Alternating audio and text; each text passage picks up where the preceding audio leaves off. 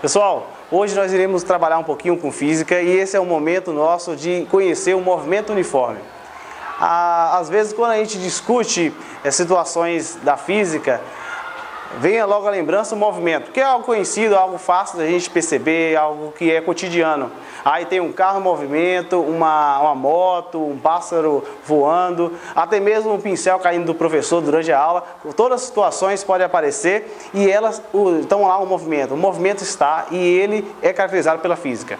Então, antes da gente aprofundar um pouquinho sobre as questões do movimento, a gente tem que conhecer algumas características, pontos que são importantes para que a gente conheça, fomente, estruture melhor as equações que vão definir esse tipo de movimento. Então, nós temos aqui uma situação, um problema, tem essa bela flor aqui do jardim e uma grande formiga que ela tem a intenção de lá pegar uma folha daquela flor. Essa situação do problema, eu marquei aqui, ó, nesse desenho, um ponto A e um ponto B. O ponto A e o ponto B tem uma característica importante para a gente discutir na física. O ponto é a posição a qual o objeto, o móvel, ele está ou ele estará. No caso aqui, a intenção é da formiga sair do ponto A e até o ponto B.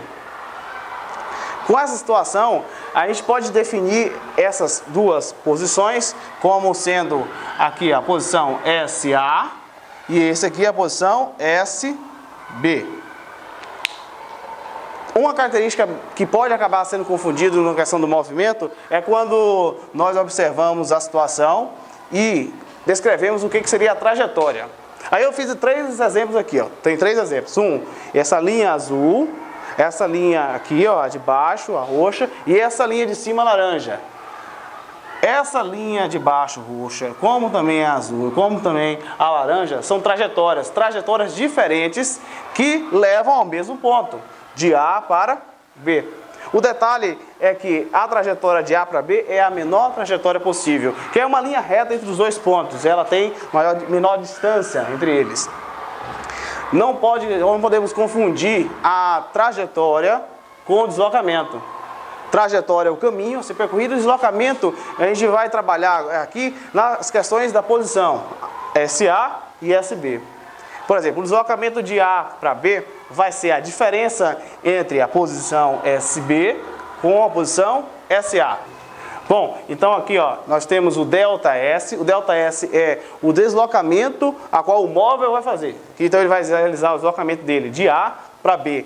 Então esse ΔS para a gente vai ser a posição final, que no caso é o SB, e a posição inicial SA. A diferença entre os dois vai dar para a gente o valor que corresponde à distância percorrida ou o deslocamento. Então isso aqui, ó, para a gente é chamado de deslocamento, tá? O deslocamento trabalha a grandeza de comprimento e tem unidade de medida, por exemplo, no sistema internacional, o SI vai ser metro.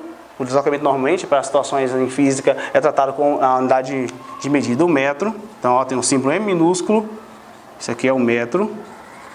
E aí nós temos, por exemplo, se essa formiga ela sai da posição 5 metros e vai percorrer um percurso aqui onde ela vai parar na posição 10 metros. Então, o deslocamento dela foi 5, porque de 5 para 10 falta 5. Então, a distância que ela percorreu foi um total de 5 metros. O deslocamento dela é 5 metros. Beleza? Então, agora a gente vai tomar outros aspectos que tem nessa situação do movimento uniforme, que é a questão do tempo. Então, da mesma forma que o deslocamento tem uma relação matemática que assume a diferença entre algo final pelo inicial, nós também temos isso para o tempo. Porque a formiga ela teve que começar o seu movimento. E vamos começar que a gente tem um cronômetro, esse cronômetro ele inicia exatamente quando eu observo esse movimento dessa formiga.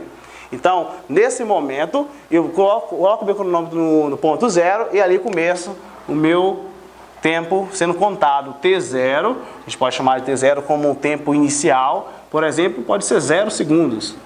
Unidade de medida por tempo, ó, segundos. Isso no SI. Tem outras unidades como horas, que a gente vê em situações, por exemplo, onde há velocidade, quilômetro por hora. Outras situações como aparece minutos e etc. Então, a posição inicial dela, que é SA, o tempo inicial, 0 segundos. Começou a contar o cronômetro.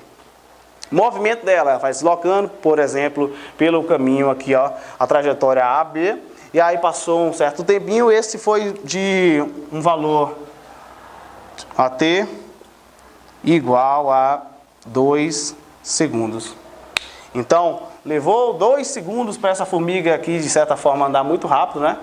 2 segundos foi uma velocidade, aquela formiga atômica para fazer isso aqui, levou 2 segundos para sair do ponto A até B, tá? Aí, essas duas medidas de tempo, nós também podemos fechar com uma análise em torno da variação. A gente chamaria então o tempo decorrido para que isso acontecesse. Aí a gente vai trocar algumas informações aqui, ó.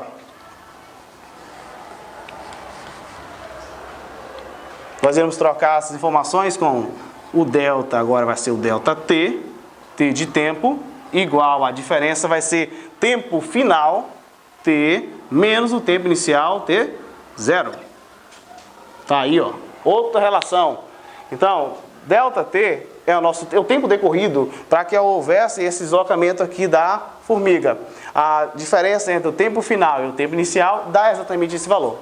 Unidade de medida, segundos, igual aos valores que a gente está considerando aqui de informações de medida que teve no problema. Tanto um tempo final 2 segundos, como um tempo T0 aqui inicial 0 segundos. Tá? Então, aí já foi a segunda característica do movimento uniforme. Primeiro, só para lembrar, o deslocamento, as características de trajetória e, por fim, agora, a questão do tempo. Tá? Nós temos outros detalhes também que tem que ser discutido desse tipo de movimento uniforme, que é a velocidade. É quando eu junto os dois, quando eu observo tanto o deslocamento desse objeto, como também o tempo que ele leva para fazer esse deslocamento, e eu tenho lá a velocidade. O que a gente chama de velocidade média, que eu vou descrever daqui a pouco para vocês, matematicamente, é o quanto o espaço que esse objeto vai percorrer a cada uma unidade de tempo. Então, vamos dar continuidade daqui a pouco.